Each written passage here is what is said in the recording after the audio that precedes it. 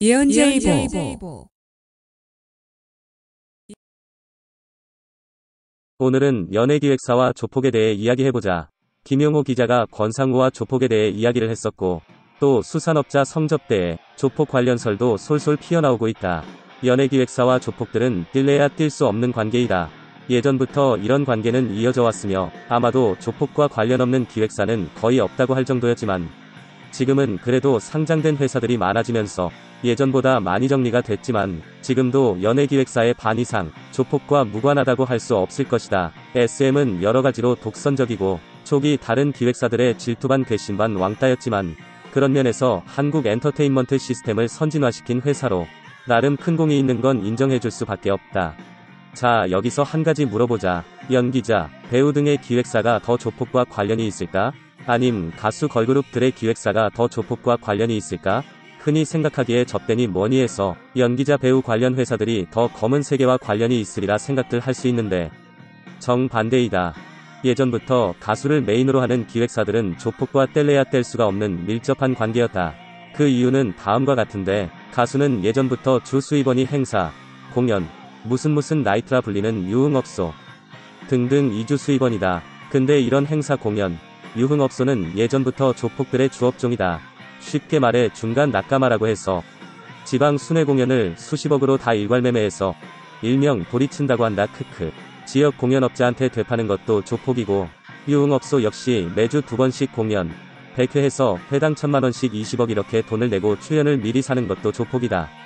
또 각종 행사도 마찬가지고, 지금은 음반이 안 팔려서 별 의미 없지만 예전에는 음반 유통 역시 조폭이 끼어 있었다. 한마디로 가수의 거의 모든 수익원에 다 조폭이 합법적으로 끼어 있기 때문에 조폭이 직접 기획사를 차리기도 했고, 또 기획사에 직접 들어가 이사나 직원 노릇을 하기도 한다. 지금 그런 식으로 연연의 가요계의 커온 매니저들이 태반이다. 그렇다고 개사료 먹고 자란 뚱땡이들이 방송국을 누비고 다닌다고 생각하면 안 된다. 크크. 조폭 중에도 멀쩡하게 생긴 놈들 많고 그런 비계들 수준 애들을 말하는 건 아니다. 예전 국내 굴지의 기획사의 모 이사도 광주 쪽에서 유명한 조폭의 행동대장 출신으로 그 기획사의 조직에서 돈을 넣어주며 이를 감시하기 위해 기획사의 이사로 일을 보고 있었던 사람이 있는데, 딱 봐도 그냥 마른 듯하고 멀쩡하게 호남형으로 생긴 아저씨다. 다만 전라도 사투리를 좀 쓰고 마른 것 같지만 팔뚝에 알근육이 넘실거려. 야, 역시 행동대장 출신은 다른 애 하는 거는 빼고는 어디를 봐도 조폭이라고 생각하기 어렵다. 예전 유도대 출신의 연령별 대표 선수를 지낸 나름 친분이 있던 조폭 출신이 모 유명 개그맨 매니저를 따라다니며 일 배운다고 하길래 그러냐고 열심히 하라고 덕담을 해준 후 며칠 있다 만나서 할만하냐고 물었더만 덩치가 크고 인상이 험악하다고 방송국 사람들이 꺼려한다고 며칠 만에 내쫓겼다고 한 적이 있는데, 그런 것처럼 조폭처럼 생긴 조폭이 방송계에서 일하는 건 아니다. 여하튼 이렇듯 조폭 출신들이 경영진이나 매니저에 많고, 가수는 단기간 내에 홍보비 등 돈도 많이 들어가고 오랜 기간 쭉 성장해가는 연기자와 달리 앨범 발표하고 짧은 기간 내에 소위 쇼당이 나기 때문에 홍보, 접대가 굉장히 중요하다.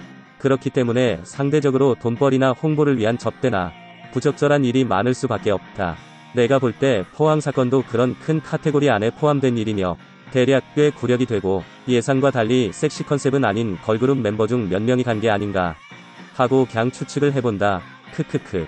자, 저 걸그룹 이름이 결국 밝혀질 거라 생각되면 좋아요를, 안 밝혀진다 생각되면 싫어요를 눌러 우리 모두의 생각을 확인해보자.